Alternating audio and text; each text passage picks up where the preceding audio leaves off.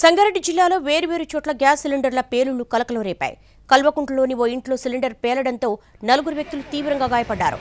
దాంట్లో గాయపడ్డ వారిని జిల్లా ప్రభుత్వ ఆసుపత్రికి తరలించి ప్రథమ చికిత్స అందించారు.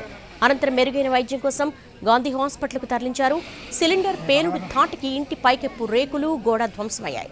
ఇంట్లో ఉన్న మరికొన్ని సిలిండర్లు పేలకపోవడంతో పెను ప్రమాదం తప్పింది. ఇంట్లో అక్రమంగా గ్యాస్ రీఫిల్లింగ్ చేస్తున్నారన్న కోణంలో పోలీసులు దర్యాప్తు చేస్తున్నారు. మరోవైపు పుల్కల్లో సిలిండర్ పేలి 2 పూరి గుడిసెలు దగ్ధమయ్యాయి. దాంతో 2 కుటుంబాలు కట్టుబట్టలతో బయటపడ్డాయి. ఫైర్ ఇంజిన్ వచ్చి మంటలు ఆర్పి 2 పూరిళ్లు ఆర్పేలోపే కాలి బూడిదలయ్యాయి. సంగారెడ్డి జిల్లాలో వేరువేరు చోట్ల గ్యాస్ సిలిండర్లు పేలుళ్లు కలకలం రేపాయి. దీనికి సంబంధించి మా ప్రతినిధి శ్రీనివాస్ అడిగి తెలుసుకుందాం. శ్రీనివాస్, అసలు ఏం జరిగింది? అక్రమంగా గ్యాస్ రీఫిల్లింగ్ చేస్తున్నట్టుగా అనుమానం ఉన్నట్టుగా పోలీసులు చెప్తున్నారు.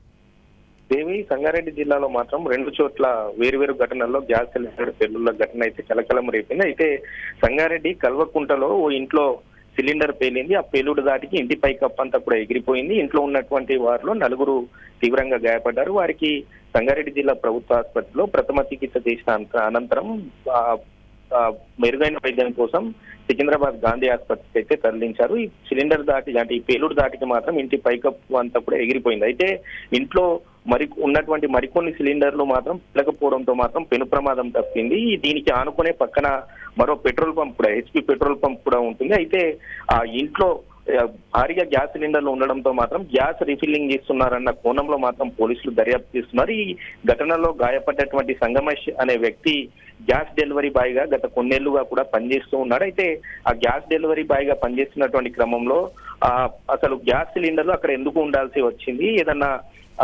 కమర్షియల్ సిలిండర్ల అంటే మామూలుగా డొమెస్టిక్ సిలిండర్ నుంచి కమర్షియల్ సిలిండర్ లో ఏమన్నా అక్రమంగా గ్యాస్ రీఫిల్లింగ్ చేసి అమ్ముతున్నారా, లేదా 5 kg సిలిండర్ ఏవైతే ఉన్నాయో 5 kg సిలిండర్ కోసం డొమెస్టిక్ సిలిండర్ ఉపయోగించి రిఫిల్ చేస్తున్నారన్న కోణంలో మాత్రం పోలీసులు దర్యాప్తు చేస్తా ఉన్నారు. ఇక మరో ప్రమాదం ఎక్కడ జరిగిందంటే పుల్కల్ మండల కేంద్రంలో మాత్రం ఓ మహిళ పాలు వేడి చేస్తుండగా బయట నల్ల రావడంతో మాత్రం నల్ల నీళ్లు పట్టడానికి వెళ్ళినటువంటి సందర్భంలో పాలంతా పొంగి ఒక్కసారిగా కూడా గ్యాస్ స్టవ్ పై పడిపోయింది. ఇదే సమయంలో మహిళ గమనించకపోవడంతో మాత్రం ఒక్కసారిగా కూడా గ్యాస్ సిలిండర్ పేలింది.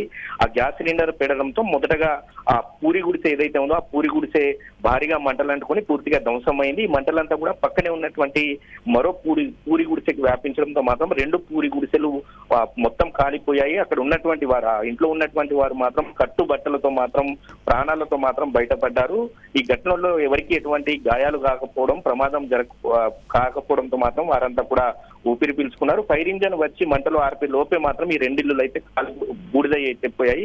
ఓకే, అంటే గంటల వ్యవధిలోనే ఈ ప్రమాదం జరిగింది. అయితే ప్రధానంగా మాత్రం సంగారెడ్డి కల్వకుంటలో మాత్రం జరిగినటువంటి పేలుడు ఘటనలో ఇంకో 6-7 సిలిండర్లు అక్కడ ఉన్నటువంటి విజువల్స్ కూడా మనం చూడొచ్చు.